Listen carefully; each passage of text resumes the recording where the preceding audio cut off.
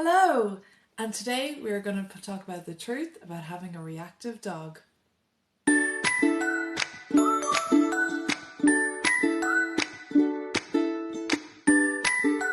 Hello friends! I'm having a bit of a hat moment at the moment. What do we think? I know it's technically still summer because it's August, but to be honest with you, when I was growing up, the autumn months were August, September, October, and then they just changed them on me, and I kind of feel like they did it without my permission. Like, I feel like nobody asked me how I felt about that because I am huge for autumn, so the fact that they pushed it back a month on me, I still get upset about it every year. Right, so today I have my tea, of course, in this nice little girl boss mug, which actually was bought for me by my boyfriend Joe. And actually, the hat was from Joe as well, so yeah, he has good taste. And also, my treat for today is a little Rice Krispie cake or bun, and it's also got marshmallow, white chocolate chips, and some like hundreds and thousands or sprinkles, whatever you call them, on top as well. So yeah, hope you have your treats with you, and let's get into the video. So I was going to take the hat off for the video, I just wanted it for the entrance, but I'm kind of vibing with it, kind of like it, so I'm going to keep it. So I've got a list of kind of problems I think that people don't talk about, and then I've got some of the things that I think that can help with this. So I've got like 8 problems written down, and I have like, I think 5 or 6 or 4 kind of solutions, or things that help basically with this. So yeah, as usual, got my little trusty iPad here. Well, it's not an iPad, it's just a tablet, with all my little notes. That's the word. Notes. Okay, so the first thing is, when you have a reactive dog, you have to plan everything in advance. So when you're leaving your house, are they going with you? And like, because Oscar deals with separation anxiety as well, so that's something we're working on at the moment. But yeah, if I'm leaving my house, I gotta, especially this time of year, I gotta figure out where I'm going, how long I'm gonna be gone, if I can park near shade. If I can't, then with the heat, like, it's just not really possible for me to go, so I've got to work out a time I can do that. So yeah, it's just like, I think people don't talk about that. If you have a reactive dog, you have to like plan everything, especially if you're taking them somewhere. So recently we did a stall for KLAWS, and actually Oscar did amazing, but I had to bring him with me because it was too hot to leave him in the car, and it was like 20 something degrees Celsius. And then it was also my boyfriend Joe, he wasn't able to be at home, so because of that I couldn't leave him at home either. And I was bringing Ellie because Ellie's kind of like one of the faces of KLAWS, because she is just like everybody's best friend, she's so happy. So yeah, I had no choice but to bring Oscar, which I was super nervous about. It went well, we had a couple of blips, but in general it went really, really well. I was super proud of him. He did so much better than I thought he was going to do. And yeah, but these are the things like that stressed me out, because when you have a reactive dog, things like that you have to plan for and worry about. So yeah, that's one thing I think people don't talk about.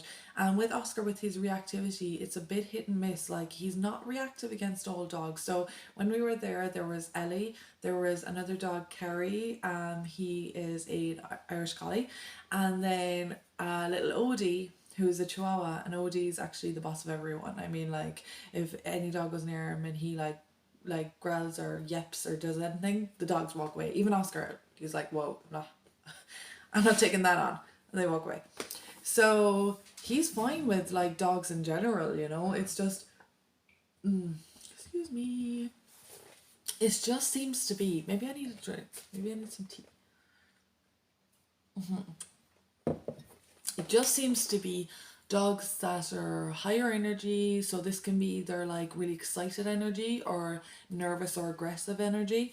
Dogs that come at him, if they're really trying to play with him or be his friend, he's like, I'm not having that. So like, if a dog came into the house and the dog, he's not even that territorial because dogs come into the house all the time. So if a dog came into the house and the dog was calmer and the dog didn't like rush up on him and like go about him or whatever, you know, try and play and things like that, he's absolutely fine. Um, but it's just like dogs with like that kind of energy, he can be reactive towards them. So it's a bit hit and miss with that kind of thing. He's also can be reactive towards people. Again, if you are calm and you give him the time to show him that you are not someone he needs to fear, then he will be okay. But a lot of people don't realize, I don't think reactivity is made normal. So people, because he's so cute, I mean, look at him. Look how cute he is. So because he's so cute, a lot of people tend to come over and be like trying to pet him, trying to rub him. So I have to like stand in front and be like, no, actually I really have to get like a bandana or like a harness for him that says please do not pet. But I don't. So it's just me at the moment and I'm like, no, no, stop, stop. I'm sorry, you can't. Because he may not react okay to that. Now, sometimes he might just cower, but like he would, if he got really scared, probably snap, and that's due to the fact that he was abused in the past. So, you know. Next one is you have to be constantly vigilant. Like for me, not at home necessarily. I mean, unless the postman or woman, we have postwoman, comes, then, you know, sometimes I have to be a little bit vigilant about that if he's outside because he just doesn't like that very much. But in general, at home, I don't really have to worry about him. But like outside, when I leave the house, I do have to be like constantly vigilant about the surroundings and what's going to scare him and, you know, if he's going to be okay with everything. And the fact is, I have to take him out all the time because he can't stay at home without me. I mean, he could if Joe was here, but if Joe's gone, he can't stay without me. So I end up taking him everywhere. And to be honest, he is as good as he is because I take him everywhere. When I got him, he had no idea of life. He was kept in a barn. He literally didn't see anything. He didn't know humans. He didn't know anything. And so, like, he's had to learn everything in the last year and a half, from living in a house to being in a car to, you know, pathways and traffic and like everything. So from that, he, that's one of the reasons he's so good, and he's getting better all the time. But at the same time, I have to be constantly vigilant. I can't just relax. I can't like walk him through the town and just not think, which thankfully I can do with Ellie, and it's so relaxing just to take Ellie for a walk sometimes because I don't have to worry. She's great with everything and everybody. It's so nice just to have that sometimes. So another thing, not being able to leave the house or the country. So a lot of times when you have a reactive or fearful dog, you can't leave them with anybody, or you have to be very selective with who you leave them with. So you can't take them to a lot of boarding kennels and or doggy daycare, doggy hotels, whichever. And like Oscar wouldn't do well in with a lot of other dogs. I mean, he has done in the past. It didn't work out so well. He didn't fight with other dogs or anything, but like he ended up being so upset that like he had like bleeding paws and he'd bitten his nails off, and he was after like all his lips were all raw from licking them all the time, and yeah, it just didn't go well. So that was nothing to do with the fault of where we left him. We left him with really reliable people, and we'd actually brought him there a couple of times so he could get to know it. But he just couldn't handle it, and it was too soon, and we did not realize this. It was our fault, but we obviously haven't left him since, and that was almost a year now. Yeah, so you have to be really like selective where you take them, and that can be difficult sometimes. And then like you do rely a lot on family and friends, and when it comes to leaving the house, just like events as well, like things like christenings or baby showers or birthdays or barbecues, like you have to take the dog with you sometimes. So if people are okay with that, which thankfully I have a lot of great friends, then that's cool.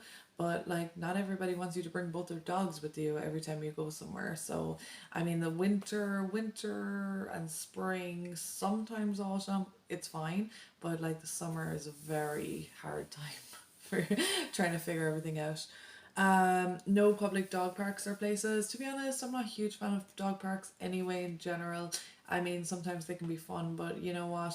That's where your dog learns a lot of the time to be reactive, and a lot of the time they learn bad habits and things like that, and they can get sick, you know, and stuff. I mean, my dogs are vaccinated and stuff, most dogs are, but if your dogs aren't vaccinated, or they can pick up things, or I don't know. I'm not really a huge fan. Thankfully, we don't have a lot of them in Ireland anyway. But even if you yeah, just being out in public is difficult sometimes, you know, like we have a lot of, especially in autumn, we have a lot of like harvest festivals and um or fetes or whatever you call them, fairs, and with Ellie, you can just bring her and she's like, oh, what's this? And it's just new day. Whereas with Oscar, Oscar did amazing.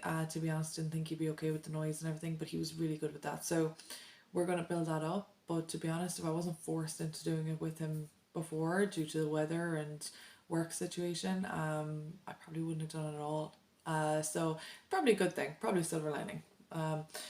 So group training classes, yes, I brought Oscar to group training classes. No, it didn't go very well. He took a disliking to a couple of dogs that were really high energy, and it yeah, it didn't go very well. He was distracted, he was upset, he couldn't really relax, and yeah, one on one is kind of better for reactive dogs. Uh, Groomers and vets visits. I mean, I talk about this all the time, being a groomer, and you know, with my courses and everything, it's because groomers can't, I mean, you can't take your dog to a groomer or to a vet a lot of the time. I mean, you have literally no choice when it comes to taking your dog to the vet. Um, and that can just be stressful. Like, Oscar does better, but I mean, we have to muzzle him because at the end of the day, a fearful dog is a dangerous dog. And if he is going to be fearful because he's obviously in pain and then he doesn't know where he is, he kind of does now. We go there all the time because we work with them with the charity and stuff like that. So he kind of knows them, and especially with his ongoing heart condition, he actually goes in there a lot now. But like in the beginning, you know, it's a new place, it's strange smells, new people, and a lot of time they have needles or they're poking at you, and I mean, he will be very fearful in that situation, and dogs don't understand why we're doing it a lot of the time. They don't understand we're doing it to help them. Like Oscar's heart condition is very dangerous, but it obviously doesn't hurt him, so he doesn't know why I have to bring him in all the time because he's not in pain or anything. There's no way of explaining to him we're doing all this so that you won't die. You know, it's hard, but if you have that bond with your dog, they will trust you. And I have to go in, even with x-rays, I put on the lead suit and I go in there and be a vet for an hour, which is kind of fun. I love my vets, but still, you know, sometimes you just have to make those allowances and it can be hard. And I definitely think a muzzle and muzzle training is the way to go for those circumstances, just to keep everybody safe.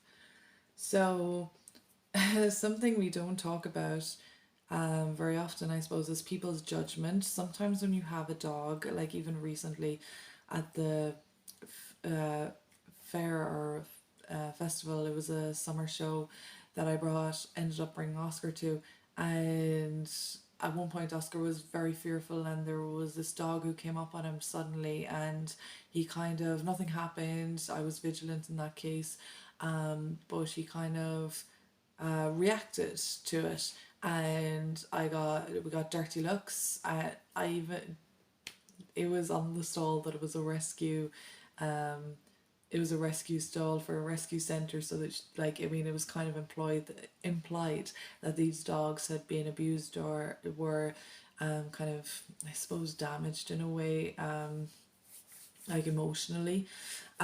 So it was kind of implied, but I still got a dirty look and a kind of a derogatory kind of mush thrown at me, which was very offensive, to be honest with you. I mean, the word mush is normal. It just means a mixed breed, you know, and a lot of people have mixed breeds. And to be honest, I mean, he's border collie, but he could have something else in him. So it doesn't offend me in the slightest that he's mixed breed.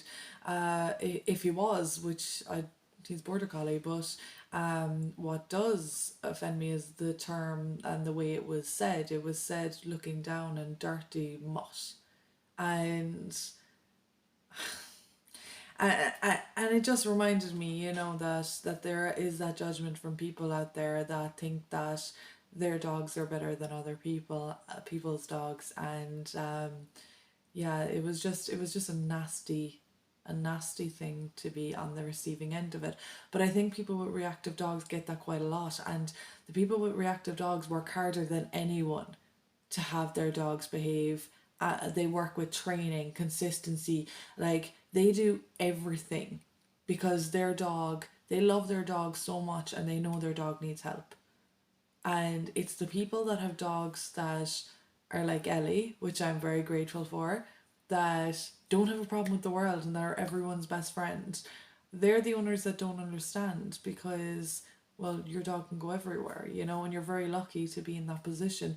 But it's not the same for everybody. And now when I see people with reactive dogs, I want to give them a hug, you know?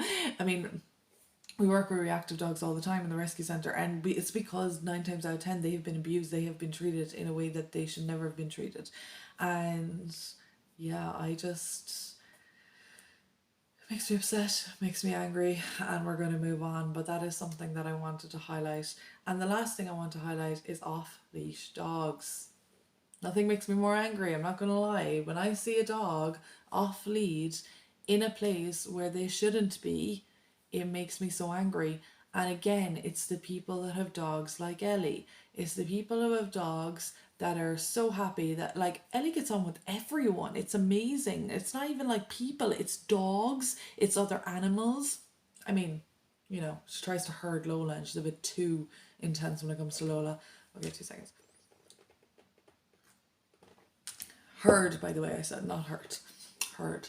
But she loves everyone. Like, I could leave her off and she just wants to play. She's a bull in a china shop, so she'll knock you over, and she'll just like try and play with you. But she's amazing. And it's those people that have dogs like Ellie that leave their dogs off because they're like, oh, my dog's friendly. Also, Ellie is recall's unreal. She's fantastic, but that's because she's so eager to please as well at the same time. But it's those people, and they may not have a recall, by the way, they may not have a recall like Ellie.